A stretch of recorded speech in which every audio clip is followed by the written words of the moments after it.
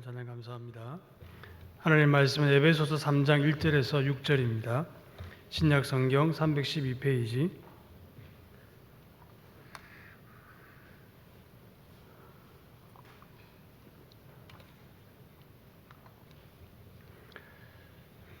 우리 한 절씩 교독을 하시겠습니다. 오늘 이 말씀을 한 절씩 교독을 합시다.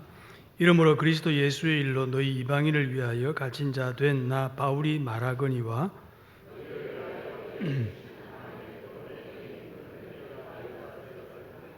곧 계시로 내게 비밀을 알게 하신 것은 내가 먼저 간단히 기록함과 같으니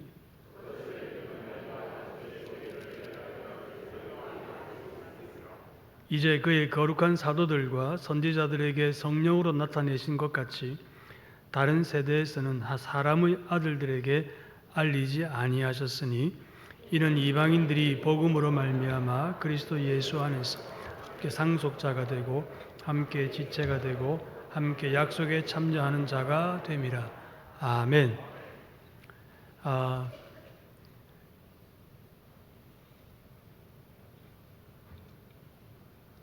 오늘 이 자리에 나오신 여러분들과 또 가정에서 영상으로 들으시는 여러분 모두에게 이 가을에 하나님께서 주시는 풍성한 은혜가 온 가정과 또 여러분들 특별히 심령 위에 넘치시기를 주님의 이름으로 축원합니다. 텔레비전에 그런 프로그램이 있죠. 맛집 소개하는 프로그램이.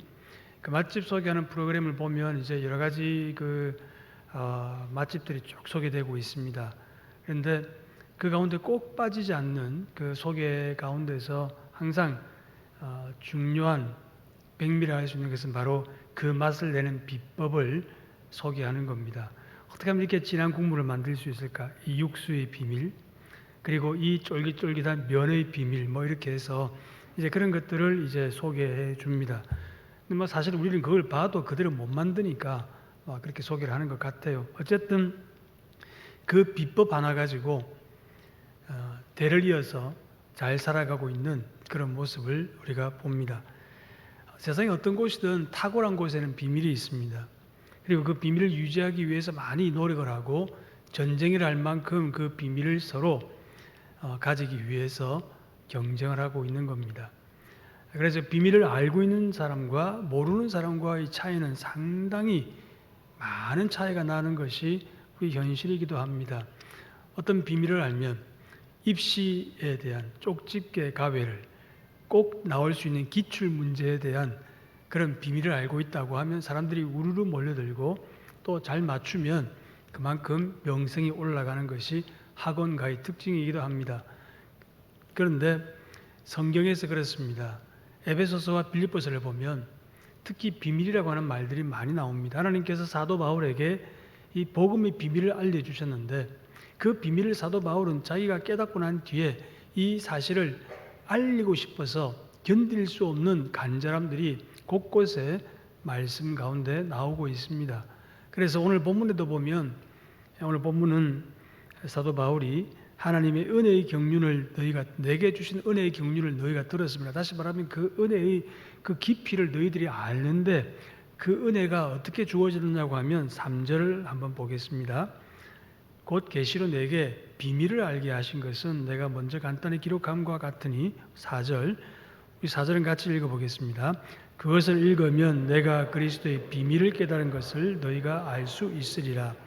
3절과 4절에 각각 비밀이란 말이 나옵니다. 그러니까 계시로 내게 이 비밀을 알게 하셨다고, 복음을 비밀이라고 한 미스테리온, 비밀이라고 그렇게 했습니다. 그리고 그 비밀은 바로 예수님에 대한 비밀입니다.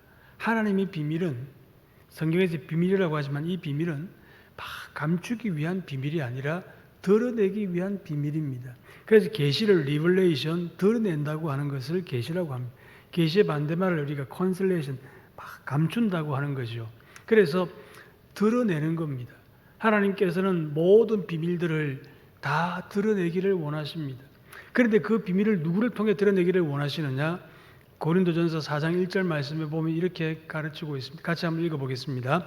사랑이 마땅히 우리를 그리스도의 일꾼이요 하나님의 비밀을 맡은 자로 여길지어다. 아멘. 우리가 다 그리스도의 비밀을 우리가 맡은 자들입니다. 그래서 우리를 통해서 하나님께서는 그 비밀을 드러내기를 원하십니다. 비밀을 알고 있는 사람들의 특징이 뭡니까? 말하고 싶어서 못 견디는 겁니다. 임금님 기가 당나귀 기라고 하는 비밀을 알고 있었던 이발사는 그 비밀을 말하지 못해서 병까지 들었습니다. 우리가 이 비밀을 알고 있으면 그 비밀을 어떻게 하든 막 이야기하고 싶은 것이 우리의 본능입니다. 그래서 우리에게 이 비밀을 맡겨주셨습니다. 비밀이 무엇입니까? 여러분, 많은 세대에 걸쳐서 인류의 기원이 어떻게 되는지를 알고 싶어 했습니다. 우리 인류가 어떻게 해서 다른 동물들과 이렇게 구분되어 만물의 영장이 되었는지 그 비밀을 알고 싶어서 많은 분야에서 연구했지만 답이 없습니다. 누구라도 공감할 수 있는 100% 답은 아무도 못 만들어냈습니다. 그런데 그 비밀은 어디에 나옵니까? 성경에 나옵니다. 하나님께서 흙으로 인간을 만드시고 그 코에 생기를 불어넣으시니 인간이 생명이 된지라 그랬습니다. 남자와 여자라 또한 만드셨습니다. 그러니까 우리 인류의 기원은 성경에 그 비밀이 다 나오는 겁니다. 그 성경에 나오는 비밀을 모르니까 엉뚱하게 연구하느라고 허비하는 겁니다. 우주의 기원의 비밀을 풀려고 수많은 과학자들이, 천체 물리학자들이, 지질학자들이 매달렸습니다. 과연 이 우주 생성의 비밀이 무엇일까? 그 비밀의 수수께끼를 풀려고 수많은 노력을 했지만 많은 이론들이 나왔지만 그 어느 하나도 정설로 받아들일 수 있는 것은 아무것도 없습니다. 이 비밀은 누가 풀어주셨습니까? 성경에 다 나옵니다. 한번 따라합시다. 태초에 하나님이 천지를 창조하시니라. 할렐루야. 여기 비밀이 답이 다 나오는 겁니다. 하나님의 계시는, 다시 말하면 이 비밀을 계시라고 하는데, 계시는 감추었던 것들을 풀어주는 것이 바로 계시입니다. 성경은 계시의 말씀입니다. 하나님은 감추었던 것들 우리를 통해서 풀어주시는 것입니다. 이 성경을 통해서 우리에게 먼저 깨닫게 하시고 그리고 깨달은 것들을 사람들에게 나누고 전하면서 풀어가시는 겁니다. 그래서 하나님의 비밀은 그런 겁니다. 옛날에 우리가 교회에서 야외 예배를 가면, 야외 예배라는 이름으로 소풍을 가면 여러 가지 행사들 가운데서 보물찾기라고 하는 게 있죠. 그게 하이라이트 아닙니까? 그러면 그 보물찾기 보면 그걸 숨겨놓는 걸 보면 감추려고 숨겨놓는 것이 아니라 허술하게 해놓습니다. 뭐라도 하나 받아가라고 하는 것이, 우리 저같이 뭘 잘 못 찾는 사람도 바가지 하나라도 받아오도록 그렇게 해주는 것이 보물찾기 아닙니까? 하나님이 감추인 보물은 다 찾아서 알려주시는 것이 하나님의 목적입니다. 중요한 것은 내가 그 비밀을 깨달은 진리가, 말씀을 통하여 내 마음에 확 와닿은 진리가 있어야 내 삶이 달라진다는 겁니다. 같은 신자라도 내가 정말로 깨달은 비밀이 있나 없나에 따라서 신앙의 질이 차이가 날 수밖에 없는 겁니다. 깨달은 은혜가 있어야 신앙의 세계가, 제대로 된 세계가 열려지는 겁니다. 그래서 나의 주, 나의 하나님이라는 개인의 신앙 고백이, 은혜의 경험이 필요한 것입니다.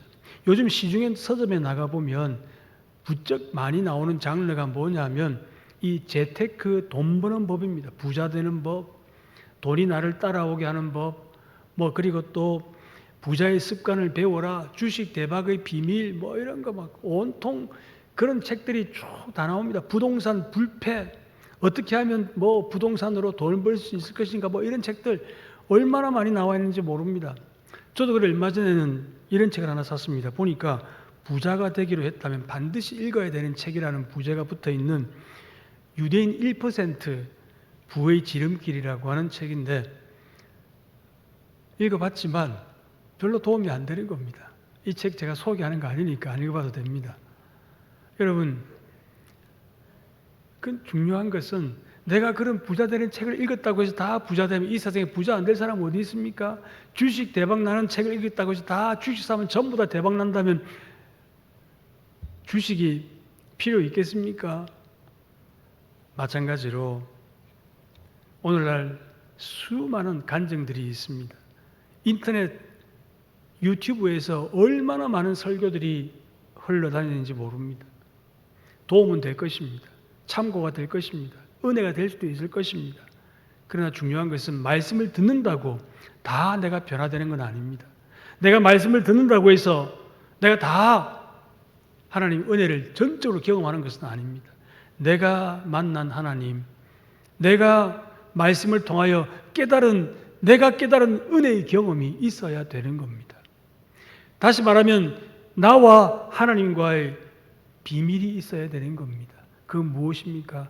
여러분들의 신앙생활이 교회 나와서 일주일에 한번 예배 드리는 것이 눈에 보이는 것이 전부라고 한다면 여러분들에게는 신앙의 비밀이 없는 겁니다. 다시 말하면 나무도 보이지 않는 뿌리가 얼마나 튼튼하고 깊이 박혀 있느냐에 따라서 비바람이 몰아치더라도 흔들리지 않고 꿋꿋이 든든히 나무가 자라고 버틸 수 있는 것처럼 우리의 신앙생활도 눈에 보이지 않는, 겉으로 드러나지 않는 그 뿌리에 해당되는 보이지 않는 비밀이 주님만이 아시는 그 믿음의 비밀이 있어야 되는 겁니다. 여러분들에게 얼마나 그런 비밀이 있습니까? 여러분들이 얼마나 주님을 만난 경험이 있습니까? 우리가 인생을 푸는 모든 해답이 그리스도 안에 있습니다. 그리스도가 보화라고 했습니다. 주님과의 교제가 깊어질수록, 주님과 계속 만날수록 말씀을 통하여, 기도를 통하여, 그리고 내가 묵상을 통해서, 그리고 내 삶 속에서 주님의 뜻을 행하기 위한 그 간절함과 그리고 순종을 통해서 내가 경험한 주님, 그리고 내가 발견한 그 보화들, 주님을 통해서만이 캐낼 수 있는 그 하늘 보화들, 이런 것들을 내가 얼마나 경험하느냐에 따라서 우리의 신앙은 더 깊어지고 더 든든해지고 웬만한 일에는 흔들리지 않게 되는 겁니다.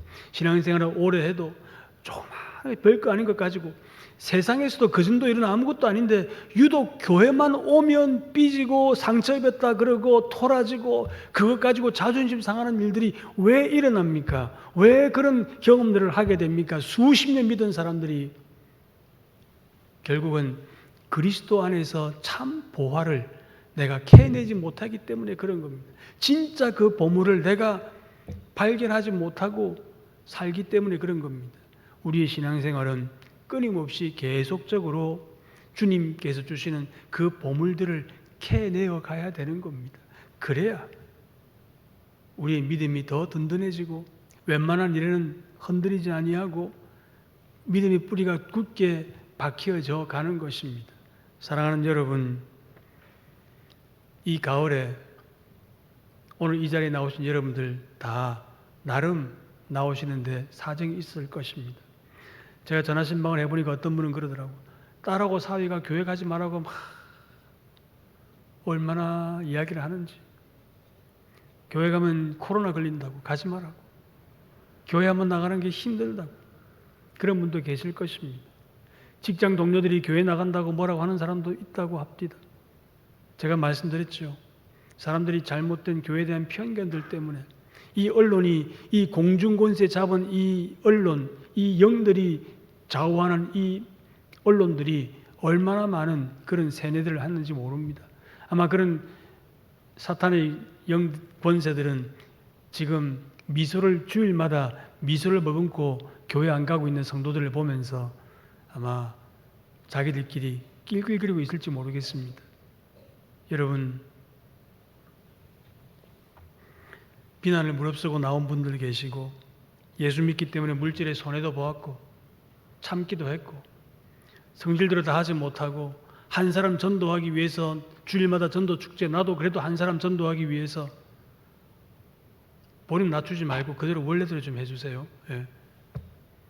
한 사람 전도하기 위해서 비위도 맞추고 내가 전도만 안 할 것 같으면 절대로 그렇게 안 해도 될 사람인데 가서 비위 맞추고 아부도 해야 되고 이런 여러 가지 일들을 하면서 한 영혼 전도하기 위한 그 간절함들을 주님이 알고 계신다면 그게 바로 내가 가진 이 복음의 신앙의 비밀인 것입니다.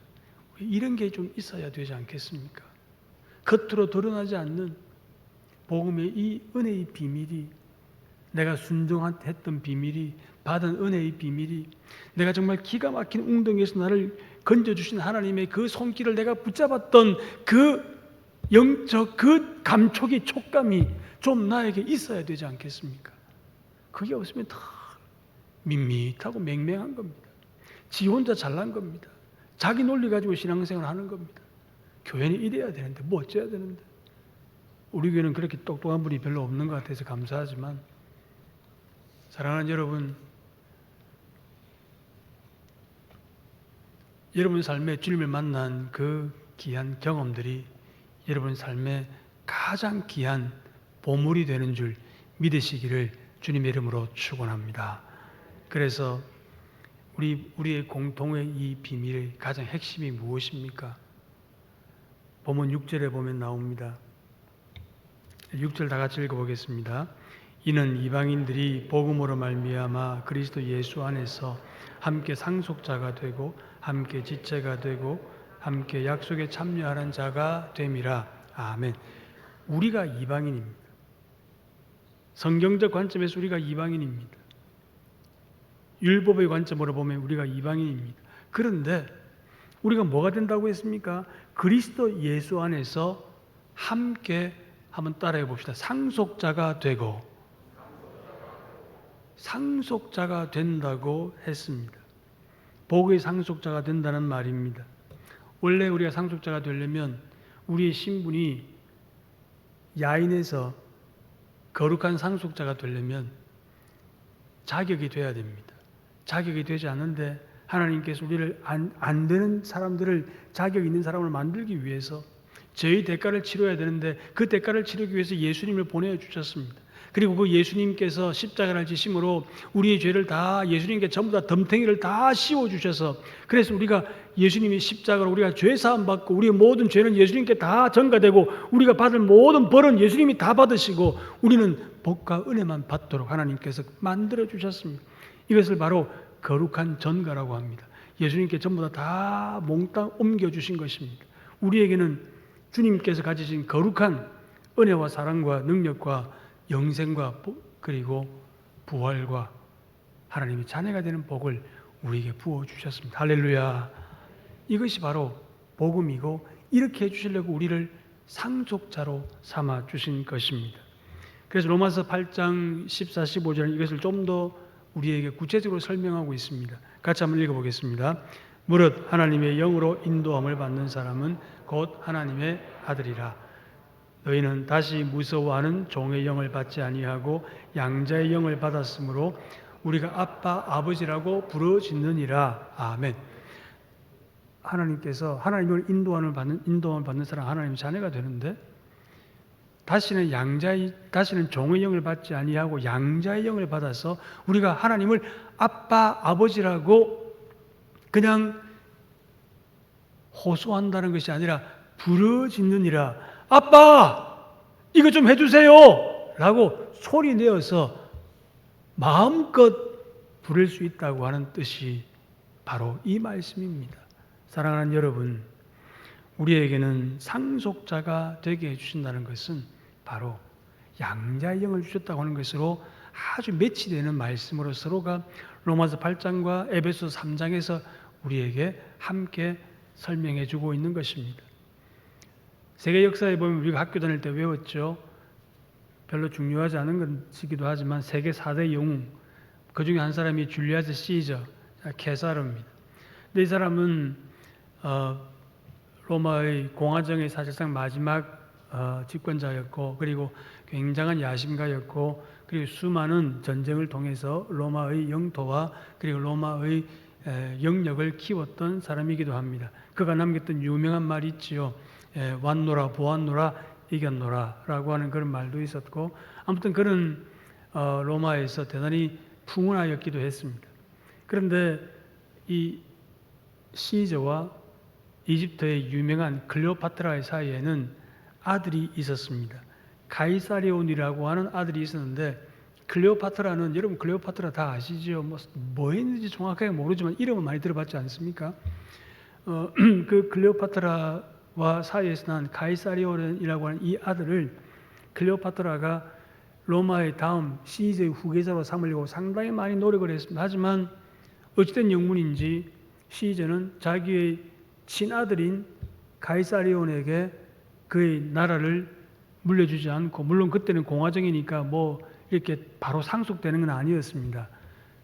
먼 조카뻘 때는 옥타비아누스에게 그가 양자로 그를 명하는 그런 발표를 했습니다. 사람들은 그때부터 로마 사회는 충격을 받았습니다.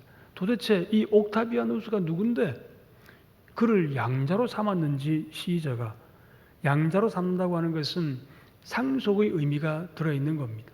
그래서 다들 그를 주목하기 시작했습니다. 그때부터 옥타비아누스는 정치적으로 막 쑥쑥 자라기 시작했습니다. 시저가 원로원에서 암살되고 난 뒤에 결국은 양자가 되었던 그 옥타비아누스가 클레오파트라와 안토니우스의 연합군을 무찌르고 그가 로마의 황제가 된 것입니다. 사실상 그가 로마의 초대 황제입니다. 41년 동안 황제로 있었습니다. 그가 황제로 있을 때 예수님이 탄생하셨습니다. 그리고 그의 아들 티베리우스 황제 때 예수님이 십자가를 지셨습니다.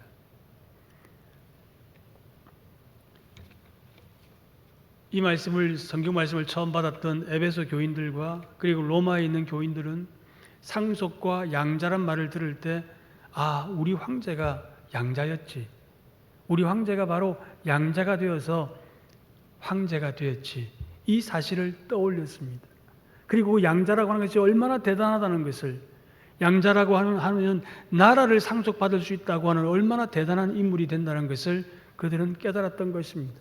로마 역사에 정통했던 시오노 나나미는 그의 책 로마 이야기에서 이렇게 쓰고 있습니다. 옥타비아누스가 수많은 정적들을 제치고 그가 황제가 될 수 있었던 것은 다른 무엇보다도 시저가 그를 양자로 삼았기 때문이었다라고 평가했습니다. 그만큼 양자의 힘이 큰 것입니다. 양자는 곧 상속권을 의미하기 때문에 그렇습니다. 사랑하는 여러분, 우리에게도 상속자가 되게 하셨다고 했습니다. 누구와 함께 상속자가 됩니까? 그리스도와 함께 공동 상속하게 하셨습니다. 예수님의 지분이 그대로 우리에게 그대로 있는 겁니다. 제가 어느 재벌이 작년입니까? 죽었는데 자녀들이 이렇게 지분이 쭉 나오는 걸 제가 한번 유심히 봤습니다. 3%밖에 안 되는데도 돈이 어마어마하더라고요. 보니까 지분이. 우리는 몇 프로 지분 받는지 압니까? 100%의 지분을 그대로 다 받는 줄로 확신하시기를 주님의 이름으로 축원합니다. 예수님이 받으시는 그 지분을 우리가 그대로 다 받는 겁니다. 예수님이 받으신 그 상속이 어떤 상속입니까? 어떤 걸 공동 상속합니까? 하나님과의 관계를 우리가 공동 상속합니다. 예수님과 하나님과의 관계는 아버지와 아들의 관계입니다. 그래서 우리들도 다 하나님이 우리 아버지가 되는, 하나님의 자녀가 되는 이 관계를 상속받았음을 확신하시기를 주님의 이름으로 축원합니다. 둘째는 예수님의 성품을 상속받았습니다. 예수님이 나는 온유하고 겸손하니 내게로 와서 내 멍에를 메고 배우라고 했습니다. 우리 주님의 그 성품을, 성령의 아름다운 열매들을 다 우리가 상속받았습니다. 무엇보다 더 큰 상속은 우리 주님이 부활과 영생을 상속받았습니다. 할렐루야. 여러분, 예수님의 그 부활, 예수님이 부활하셨으니 우리도 부활하게 되고, 예수님이 영생하시는 분이시기에 우리도 영생하게 되는 부활과 영생을 예수님과 함께 상속받은 상속자들이 된 것입니다. 이것이 바로 우리의 비밀입니다. 우리의 존재감입니다. 우리의 정체성입니다. 그래서 우리는 여기서부터 천국의 공동상속자로 살아가고 또 살다가 천국에 가게 되는 것입니다. 여러분, 누구를 위해 일하느냐가 참 중요합니다. 다시 말하면 우리는 이런 놀라운 상속을 받았기에 우리에게 귀한 은혜를 주신, 양자 삼아주신, 양자의 영을 주신 하나님을 위해서 우리가 이제는 좀 사명을 가지고 살다가 그 하나님을 다시 만나러 가야 되는 겁니다. 얼마 전에 어느 부산 출신의 가수가 뭐 왕이나 대통령이 국민을 위해서 목숨 바친 사람 없고 국민이 나라를 위해서 다 수고했다 그런 이야기를 해서 그게 하나의 그 가십이 되기도 했었는데 그렇습니다. 옛날에는 다 심지어는 순장 풍습까지 있었습니다. 순장이 뭡니까? 지체 높은 사람이 죽으면 그 사람이 부리던 종들 이런 사람들을 같이 묻는 겁니다. 얼마나 사실 지금 생각하면 끔찍한 일입니까?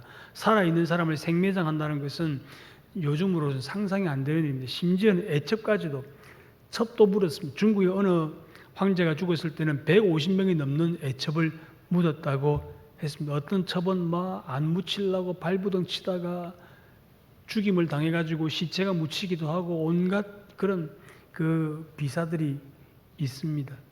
심지어는 아내까지도 죽으면 남편이 죽으면 같이 묻히는 아내도 많았답니다.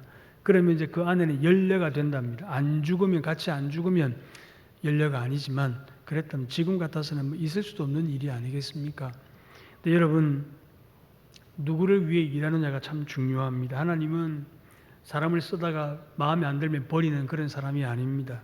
하나님 우리에게 상속인으로 우리를 하나님 나라의 상속인으로 세워주시고 우리에게 또한 사명을 주시는데 그 사명을 감당할 은혜를 주시는 겁니다. 여러분 받은 사명이 어떤 사명들이 있습니까? 여러분들이 어떤 하나님으로부터 받은 귀한 은혜의 사명들이 있습니까? 사명이 있으면 감사하십시오. 왜냐하면 하나님께서는 그 사명을 주시기 위해서 먼저 은혜를 듬뿍 주십니다. 그리고 사명을 감당할 실력도 주십니다. 그리고 하나님 내게 왜 이런 일을 맡기십니까? 내가 왜 이런 일을 해야 됩니까? 한탄만 하지 마시고 그 은혜를 다시 말해 그 사명을 감당할 수 있는 은혜를 먼저 주셨음을 기억하시고 그리고 감당할 수 있는 실력도 받았음을 여러분들이 기억하셔서 감당하면 되는 겁니다. 옛날에 종갓집에 엄청나게 많은 식구들을 먹여 살렸던 며느리가 있었습니다. 힘들었습니다.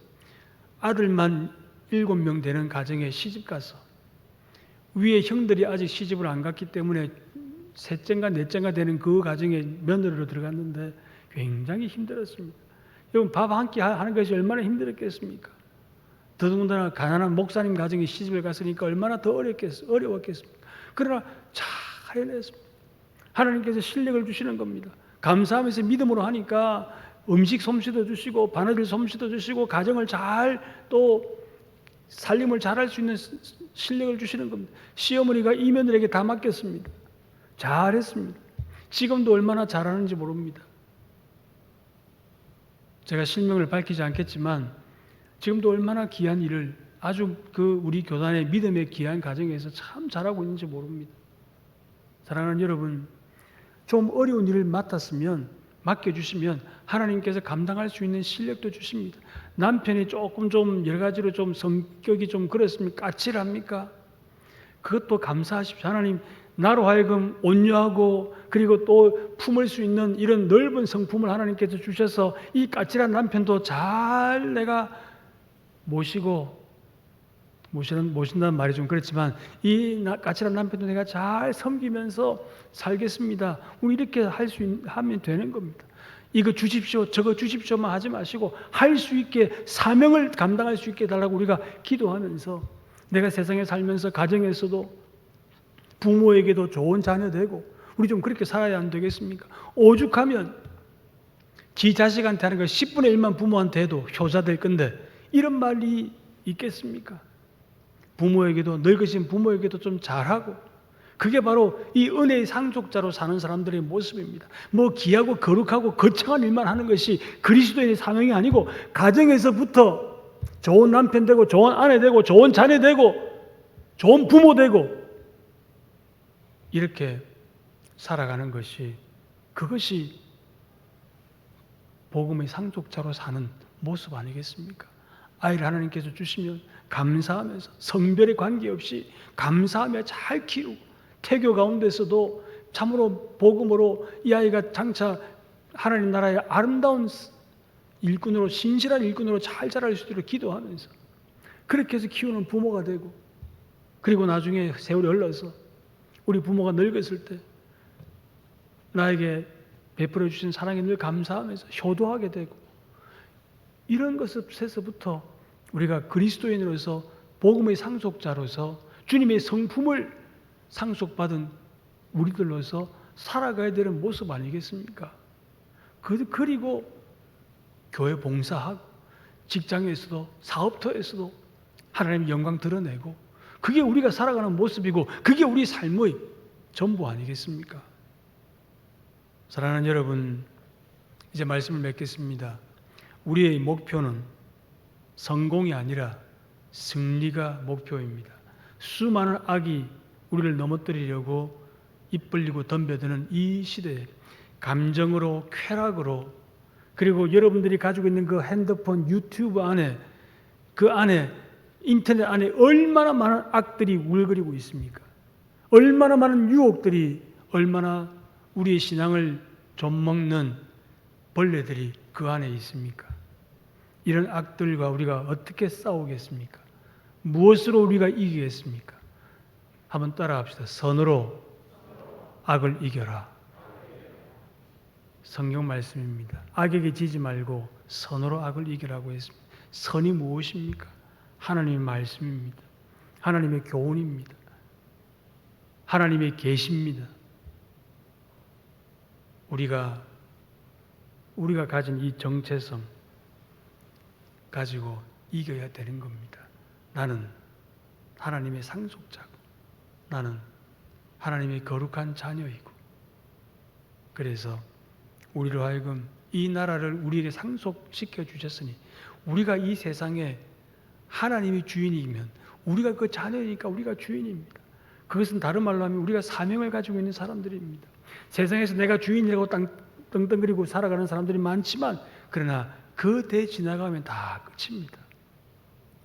사랑하는 여러분, 우리에게는 예수님과 동격으로 받는 상속이 보장되어 있습니다. 이 놀라운 복음의 비밀을 소유한 사람답게 하나님 뜻대로 사명으로 잘 사셔서 우리 아버지를 기쁘시게 해드리는 여러분 다 되시기를 주님의 이름으로 축원합니다. 우리 찬양 같이 하겠습니다.